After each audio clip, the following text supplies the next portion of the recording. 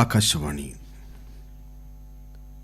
COVID-19 ప్రత్యేక వార్తలు చదువుతున్నది గద్దె దుర్గారావు. తెలంగాణ రాష్ట్రంలో గడిచిన 24 గంటల్లో 857 మందికి కరోనా వైరస్ పాజిటివ్ నిర్ధారణ కావడంతో రాష్ట్రంలో ఇంతవరకు కరోనా వైరస్ సోకిన వారి సంఖ్య 2,51,188కి చేరింది. రాష్ట్ర వైద్య ఆరోగ్య శాఖ ఈ ఉదయం విడుదల చేసిన తాజా బులెటిన్ ప్రకారం రాష్ట్రంలో నిన్న 23,000కు పైగా పరీక్షలు నిర్వహించగా వారిలో 857 మందికి కొత్తగా కోవిడ్ నిర్ధారణ అయ్యింది.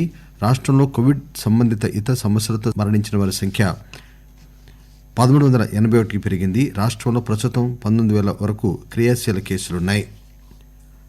ఆంధ్రప్రదేశ్లో తాజాగా 1,392 కరోనా కేసులు నమోదయ్యాయి.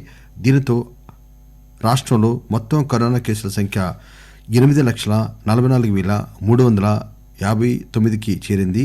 తాజాగా వైరస్ బారిన పడి మరో 11 మంది మృతి చెందగా మొత్తం మరణాల సంఖ్య 6,802గా ఉంది. రాష్ట్రంలో 21,235 క్రియాశీలక కేసులున్నాయి. దేశంలో గత 24 గంటల్లో 46,000 కేసులు తాజాగా నమోదు కావడంతో మొత్తం కేసుల సంఖ్య 85,53,657కి పెరిగింది. 409 మంది మరణించడంతో మృతుల సంఖ్య 1,26,611కి చేరుకుంది.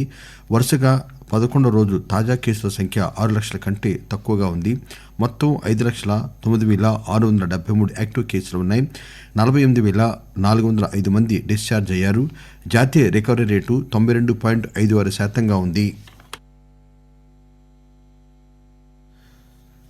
9 రాష్ట్రాల ఆరోగ్య శాఖ మంత్రులు సీనియర్ అధికారులతో కోవిడ్-19 పరిస్థితిని, ప్రజారోగ్య చర్యలను కేంద్ర వైద్య ఆరోగ్య శాఖ మంత్రి డాక్టర్ హర్షవర్ధన్ వీడియో కాన్ఫరెన్స్ ద్వారా సమీక్షించారు.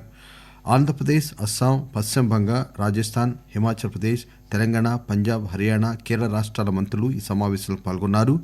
ఈ ప్రస్తుత పండుగల కాలంలో కోవిడ్ విషయంలో అప్రమత్తంగా ఉండాలని మంత్రి సూచించారు. చలికాలంలో శ్వాసకోశ వైరస్ వేగంగా వ్యాపిస్తుందని ఆయన తెలిపారు. కోవిడ్ పరీక్షల కోసం ఈ సంవత్సరం పుణేలో ఒకే ఒక ల్యాబొరేటరీ ఉండగా దాని నుండి 2,074 ల్యాబొరేటరీలకు పెంచిన వైనాన్ని ఆయన వివరించారు. తెలంగాణ నుంచి మంత్రి ఈటెల రాజేందర్, వైద్య ఆరోగ్య శాఖ కార్యదర్శి రిజ్వీ, ఇతర నిపుణులు ఈ సమావేశంలో పాల్గొన్నారు. కోవిడ్ నివారణకు తెలంగాణ తీసుకుంటున్న చర్యల పట్ల కేంద్ర మంత్రి సంతృప్తి వ్యక్తం చేశారు.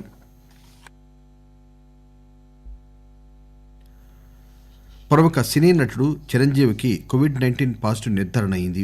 ఆయన స్వయంగా ఈరోజు ట్విట్టర్లో ఈ విషయం తెలిపారు. ఆచార్య సినిమా షూటింగ్ తిరిగి ప్రారంభించే ముందు తాను కోవిడ్ పరీక్ష చేయించుకోగా పాజిటివ్గా తేలిందని, దాంతో హోం క్వారంటైన్లోకి వెళ్లానని 65 ఏళ్ల చిరంజీవి తెలిపారు. గత కొన్ని రోజుల్లో తనను కలుసుకున్న వారు కూడా కోవిడ్ పరీక్ష చేయించుకోవాలని ఆయన ఈ సందర్భంగా సూచించారు.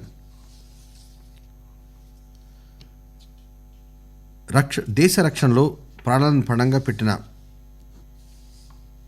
వీరునికి అశ్రు నివాళి అర్పిస్తున్నామని తెలంగాణ రోడ్లు, భవనాల, గృహ నిర్మాణ శాఖ మంత్రి వేముల ప్రశాంత్ రెడ్డి అన్నారు. శనివారం రాత్రి జమ్మూ కశ్మీర్ కుప్వాడ జిల్లాలోని మాచిల్ సెక్టార్లో టెర్రరిస్టులతో జరిగిన ఎదురుకాల్పులో వీరమరణం పొందిన నిజామాబాద్ జిల్లా వేల్పూర్ మండలం కోమన్పల్లి గ్రామానికి చెందిన ర్యాడ మహేష్ కుటుంబ సభ్యులను మంత్రి ఈరోజు జిల్లా collector Narayana Reddy, police commissioner కార్తికేయతో కలిసి పరామర్శించారు.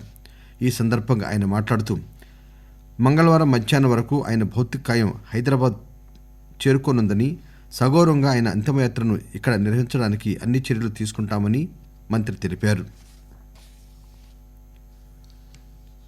తెలంగాణలోని హైదరాబాద్ నగర ప్రజల జీవన ప్రమాణాలు పెంచేలా రాష్ట్ర ప్రభుత్వం పనిచేస్తుందని తెలంగాణ మంత్రి తారక రామారావు వెల్లడించారు. హైదరాబాద్లో 137 లింక్ రోడ్లు నిర్మించనున్నట్లు పురపాలక శాఖ మంత్రి చెప్పారు. నగరంలోని 3 లింక్ రోడ్ల ప్రారంభం తదితర అభివృద్ధి కార్యక్రమాల్లో తారక రామారావు ఈరోజు పాల్గొన్నారు. జూబ్లీహిల్స్ రోడ్డు నెంబర్ 45 నుంచి రాయదుర్గం లెదర్ పార్క్ వరకు నిర్మించిన లింక్ రోడ్డును ఆయన ప్రారంభించారు. 15,54,00,000 ఈ లింక్ రోడ్డును పూర్తి చేశారు. అనంతరం రాయదుర్గం లెదర్ పార్క్ వద్ద అండర్ పాస్ వంతెన నిర్మాణానికి తారక రామారావు శంకుస్థాపన చేశారు. ఈ సందర్భంగా మంత్రి మాట్లాడుతూ, లింక్ రోడ్లతో పట్టణీకరణ వేగంగా పెరుగుతోందని అన్నారు. ఆకాశవాణి కోవిడ్-19 ప్రత్యేక వార్తలు ఇంతటితో సమాప్తం.